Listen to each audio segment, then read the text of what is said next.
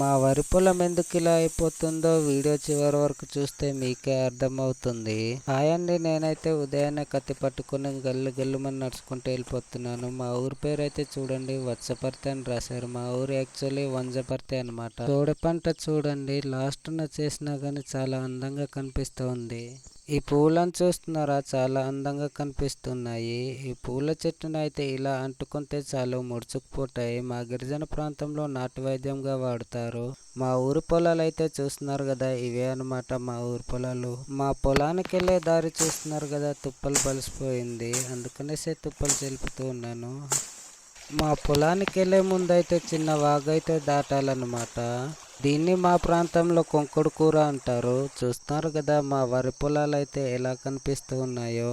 మేమైతే ఈరోజు మా పొలం గట్లు సెల్పడానికి వచ్చామన్నమాట. పొలం గట్లు సెల్పకపోతే మా గిరిజన ప్రాంతంలో వరి పంట మొత్తం ఏది పడితే అది తినేస్తుంది. చూస్తున్నారు కదా, నేనైతే పొలం గట్లు సెల్పుతూ ఉన్నాను.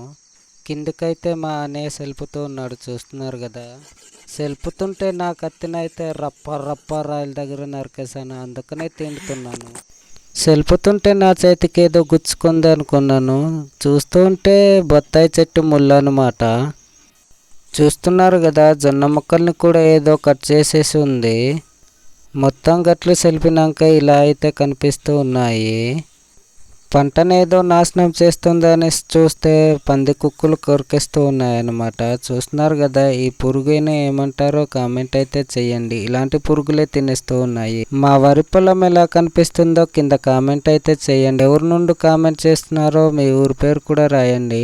చూస్తున్నారు కదా, అక్కడైతే మా తమ్ముడు ఇంకా సెల్పడం సాలేదు. వీడియోస్ చూస్తున్నారు కానీ చాలామంది లైక్ అయితే చెయ్యట్లేదు. వీడియోకి అయితే చిన్న లైక్ ఇచ్చి సపోర్ట్ అయితే చేయండి. మరిన్ని విలేజ్ వీడియోస్ కోసం మన అకౌంట్ని అయితే విజిట్ చేసేయండి.